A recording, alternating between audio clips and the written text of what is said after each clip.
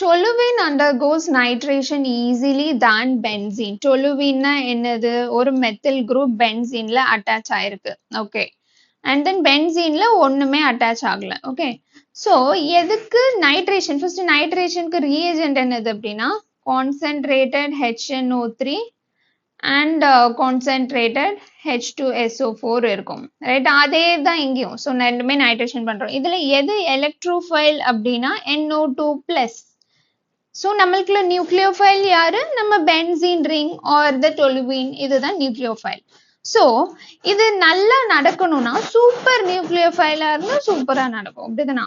So இது ரெண்டுல நீங்க கம்பேர் பண்ணுங்க, எது குட் நியூக்ளியோஃபைல், எது வந்து அதிகமா எலக்ட்ரானை நல்லா டொனேட் பண்ணும் அப்படின்னா, பாருங்க, இந்த மெத்தில் குரூப் வந்து ஒரு electron donating group.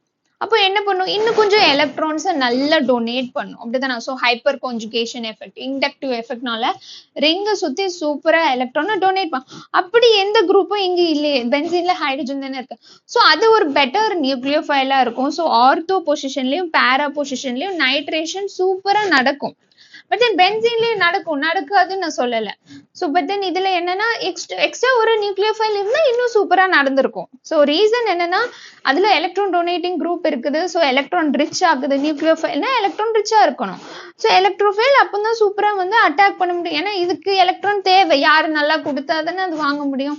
Okay, so toluene அதனாலதான் பெட்டர் எலக்ட்ரோஃபிலிக் சப்ஸ்டிடியூஷன் ரியாக்ஷன், அதனாலதான் அதுல நல்லா நடக்குது. Okay, thank you.